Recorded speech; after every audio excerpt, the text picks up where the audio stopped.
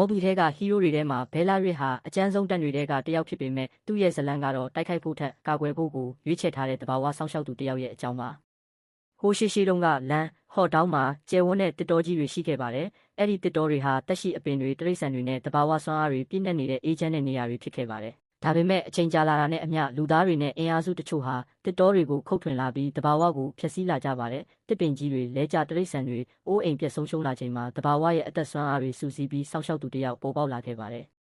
သူဟာတိုက်ပွဲကိုမနစ်သက်ပါဘူးဒါပေမဲ့အားနည်းသူတွေတစ်တော်တွေတက်ရှိလေးတွေကိုအန္တရာယ်ပြုလာတဲ့အခါတော့သူဟာရှေ့ဆုံးကနေရက်တီကာကွယ်ပေးပါတယ်သူ့ရဲ့ကြီးမားတဲ့ကိုယ်ခန္ဓာနဲ့ရန်သူတွေရဲ့တိုက်ခိုက်မှုကိုခံယူပေးပြီးအသင်းဖော်တွေကိုအသက်ရှင်နိုင်အောင်အချိန်ပေးပါတယ်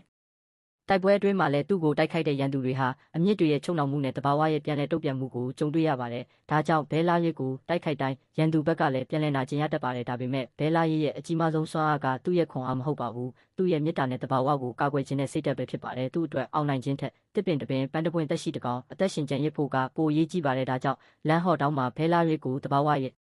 အုတ်ထင်းသူတစ်တော်ရဲ့ကာကွယ်သူအဖြစ်လူအများကလေးစားကြပါတယ်မင်းသားဘဲလာရစ်ကိုကင်ပူးရင်သူကတန်ဟီးရိုးတယောက်ထက်ပိုပါတယ်သူဟာတဘာဝကိုကိုစားပြုပြီးမိတ်ဆွေတွေကိုအသက်နဲ့ရင်းကာကွယ်ပေးတဲ့ဟီးရိုးတယောက်ပါနောက်ထပ်ဘဲဟီးရိုးရဲ့ဇလန်းကိုနားထောင်ခြင်းလဲရမယ်မှာရေးခဲ့ပါ